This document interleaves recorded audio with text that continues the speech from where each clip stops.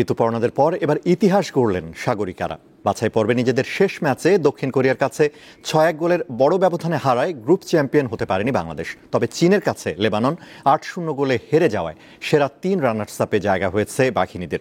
এতেই প্রথমবারের মতো অনূর্ধ্ব-20 নারী এশিয়ান কাপের মূল পর্ব নিশ্চিত হয় বাংলাদেশের। দক্ষিণ কোরিয়ার কাছে 6-1 গোলে হারার পর এশিয়ান কাপের মূল পর্বে যাওয়ার অপেক্ষা বাড়ে বাংলাদেশের। তখন সমীকরণ দ্বারা এই গ্রুপে থাকা লেবাননকে চীন হারালেই বাংলাদেশ চলে যাবে মূল পর্বে।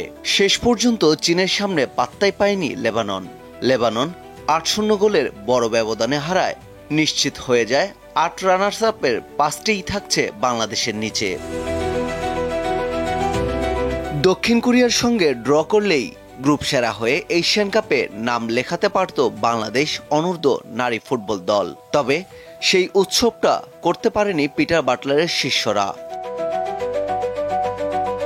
প্রথমার্ধে তৃষ্ণা রানীর গোলে 1-1 সমতায় থাকার পর দ্বিতীয়ার্ধে গুনে গুনে 5 গোল হজম করে বাংলাদেশ। তাতেই গ্রুপ সেরা হওয়ার আশায় গুড়ে বালি পড়ে।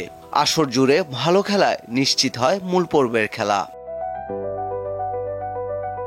আগামী 1 থেকে 18 এপ্রিল থাইল্যান্ডে হবে অনূর্ধ্ব নারী এশিয়ান কাপ, যেখানে স্বাগতিক হিসেবে আগেই জায়গা করে নিয়েছে থাইল্যান্ড। বাছাই পর্বে খেলা সেরা 11 দল যোগ দিচ্ছে তাদের সাথে।